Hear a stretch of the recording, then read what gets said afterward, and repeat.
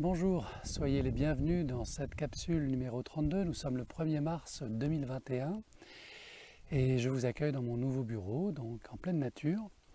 Et j'espère pouvoir faire d'autres capsules comme ça en pleine nature et vous faire profiter un peu du soleil. Donc, bien sûr, merci pour vos suggestions sur YouTube ou sur odyssée.com, notre nouveau réseau où nous mettons donc nos 400 audios d'hypnose et de méditation sans publicité. Et aujourd'hui, j'aimerais répondre à une demande qui m'a été faite donc, concernant le bruxisme.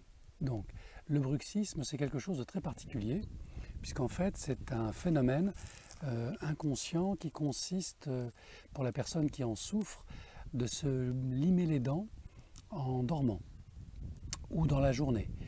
En fait, avec le bruxisme, nous avons un phénomène donc, de contraction musculaire au niveau de la mâchoire, qui sont liés bien sûr à des phénomènes émotionnels, conscients ou inconscients.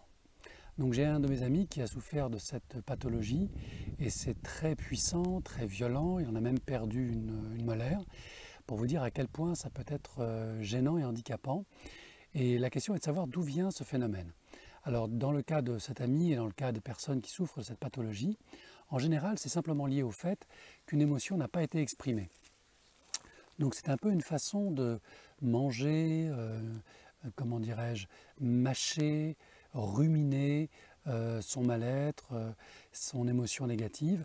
Et plus le temps passe, plus ça devient de la colère, plus la colère se transforme en rage, et plus cette rage devient incontrôlable et incontrôlée. Donc le bruxisme s'impose de manière inconsciente quand la personne n'a même pas idée de quels sont les mécanismes en elle qui l'obligent à ruminer sa colère et sa rage. Alors c'est souvent lié bien sûr à des situations de conflit, familiales, sentimentales, souvent professionnelles, où là la personne est soumise à une chape de plomb, à une injustice globale qu'elle subit, et avec le sentiment profond en elle qu'elle est dans sa vérité, dans sa justesse, et qu'on lui cause un tort très important, très injuste, et elle ne peut pas s'exprimer, et lorsqu'elle le fait, eh bien, elle n'est pas entendue, elle n'est pas soutenue, pire encore, elle peut être trahie par des collègues, des membres de la famille, par des amis. Donc cette rage qui se cristallise comme ça dans la mâchoire finit par créer cette surtension au niveau des maxillaires et ça peut bien sûr casser les dents et ça peut déstructurer, plus important encore, l'équilibre et l'homéostasie du corps. Je vous rappelle que la dentition constitue les points d'ancrage de notre santé. Notre squelette, constitué de plus de 200 os, dépend en partie de l'harmonie de notre dentition. En clair, lorsque notre dentition ne va pas bien, lorsque nous avons des problèmes de rage de dents, de maux de dents, d'abcès ou de bruxisme, eh bien, c'est tout notre corps qui en pâtit, c'est tout notre équilibre qui en pâtit. Les nuits sont de très mauvaise qualité, la digestion, il y a de la perte de poids, des céphalées, on peut avoir des états, je dirais, maniaco-dépressifs, ça peut générer beaucoup de troubles et tout ça c'est lié au fait que notre dentition est le centre de synthèse de notre santé. Donc si vous devez prendre particulièrement soin d'une partie de votre corps, c'est bien de votre dentition.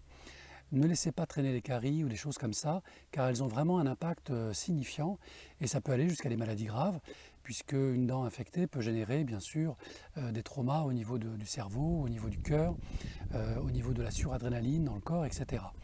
Donc dans le cas du bruxisme, on est vraiment dans ce rejet, dans cette rumination morbide qui ne trouvera son épilogue que lorsque la personne aura obtenu réparation.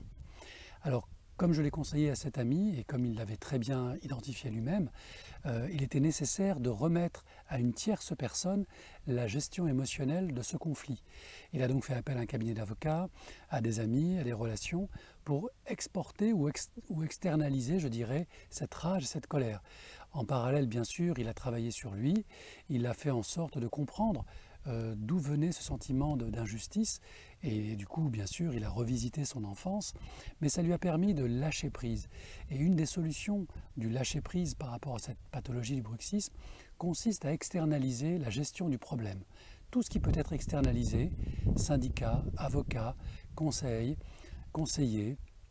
psychologues, hypnothérapeutes, sophrologues et psychanalystes, Tout ce qui peut être donné à l'extérieur de soi est une bonne première stratégie pour alléger la pression.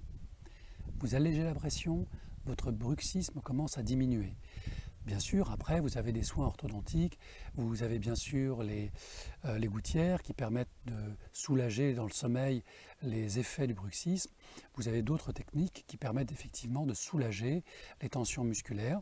Mais la première étape consiste à prendre conscience que vous portez beaucoup trop lourd sur vos épaules et que le moment de sous-traiter est arrivé pour vous, pour ne plus avoir à subir cette pression. Ensuite, comme toujours, prenez soin de vous, allez vous aérer, faites du sport, marchez dans la nature, faites attention à votre alimentation, évitez les excitants, je dirais prenez soin de votre sommeil et passez votre temps à exprimer le plus possible tout ce qui vous pèse sur le cœur. Et si vous ne souhaitez pas alourdir bien sûr vos relations avec vos amis, prenez un cahier, un stylo et écrivez tout ce que vous avez sur le cœur. Tout ce qui s'exprime ne s'imprime plus en vous. Faites-vous plaisir, faites-vous ce cadeau et commencez à aller vers ce chemin de guérison en prenant conscience que tout ce que vous gardez en vous crée cette pathologie, fermente et devient le limon de votre souffrance. Pour drainer ce marais intérieur, vous devez laisser l'énergie, le chi circuler. Les pensées positives, justes, les affirmations positives, comme nous l'avons découvert sur la loi d'attraction dans la capsule précédente. Il y a énormément de techniques. Prenez-vous en main à votre rythme, sans violence, avec douceur, car c'est très important de ne pas vous affliger une souffrance et une violence supplémentaires. Par la prise de conscience, vous établissez votre plan d'action et par le plan d'action, vous vous libérez de la tension. Fini les ruminations. Et progressivement, la lumière entre en vous, vous revenez à l'instant présent. Vous cessez les projections anxiogènes, vous arrêtez de ruminer votre passé. Et dans l'instant présent, vous découvrez que finalement, tout va bien. Merci. Namasté.